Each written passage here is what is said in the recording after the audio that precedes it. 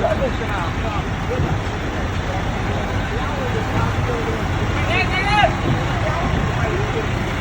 quay ra nhá.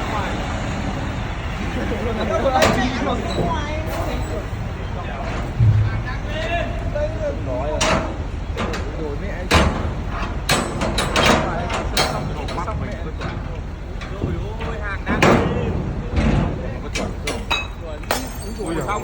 Bia đấy.